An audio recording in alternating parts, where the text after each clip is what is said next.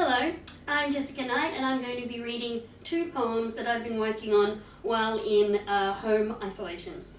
The first one is called I Am a True Angst Teen Poet at Heart, I Am Very Sorry. If there were photos from all the way back then, they would show us drunk and in a muddle, or my head turned in your direction, waiting for a sign you felt the same. Did you hear the rumours? I tell you, it doesn't matter. One of us always chasing the attention of the other. I sleep with a photo of you under my pillow while home for summer. Still not enough of my sleep involves dreaming. Do you still have the letters from all the way back then? It was good practice, I suppose, for what I do now. Your birthday invite with you age 3, I walked around everywhere with an image of little you in my back pocket, so I could take it out and stare in wonder anywhere I went. An avalanche of tears when it went through the wash, your young face sodden dissolved into nothing, like it never was. Hoped it was more than friendship, and your trademark impatience. We were nothing in particular. It didn't stop me though, I have a good imagination. Hoped it was possibly love, or even lust, when you paid the rest so I could take that studded belt home and put it on. Made you poetic despite all your limitations. Loud laughing to cover the confusion, questions I know how to answer, but wanted to hear you say, anything something, anything something. Instead, I'm at your house party, in the bath, with the beers and the ice, freezing cold and grabbing at your body to try and get out of another situation I let you put me in. They were zombies, yes. The flesh was hanging from their bones. I helped them through a half-open window. They stood before me, all unsteady. I got them to remove their torn and bloodied clothes, cheerfully did their laundry. They were the undead became my friends.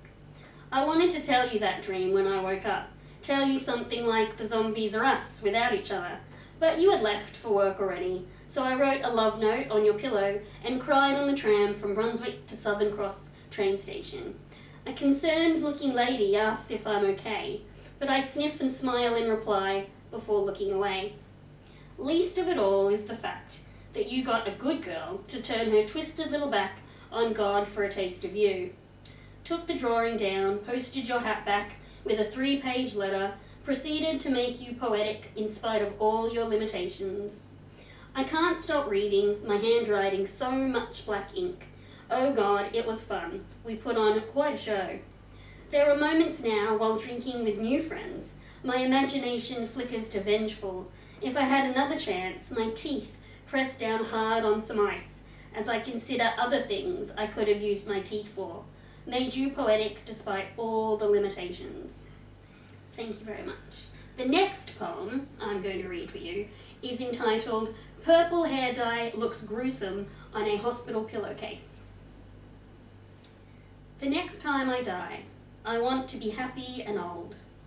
My ghost could do nice things for my younger sisters, but scare the hell out of their significant others, who I think were never good enough. I was so confused just before my lips went blue. I thought I was at the bottom of the ocean. That's pretty far from you, but not as far as being dead. It's so easy to imagine how cute and sad you would have looked, arriving at the hospital with a bag of things to make this place more bearable. The nurse with the kraken tattoo informing you I've been moved to ICU again. Lucy, that's her name. She tells you it's so selfish of me to leave the ward without saying goodbye, because it was her last day at 6 Southwest. It's a joke, but I was still so sad when you told me that Lucy was now working at the neurology ward. Wish you could explain to me how it felt to arrive that evening, to find a nurse sitting in a chair watching me. I vaguely remember pulling the tube from my neck. I'm still pretty proud that even in the thick of it, I found a way to rebel in a body roaring into a fight. Anyway, the nurse was supposed to be observing me as I lay undreaming for their entire 8-hour shift. Such attention, just how I like it, all eyes on me, a performance unscripted, yet completely compelling in exquisite calamity. You took over sentry duty, so she could go and pee and get something to eat.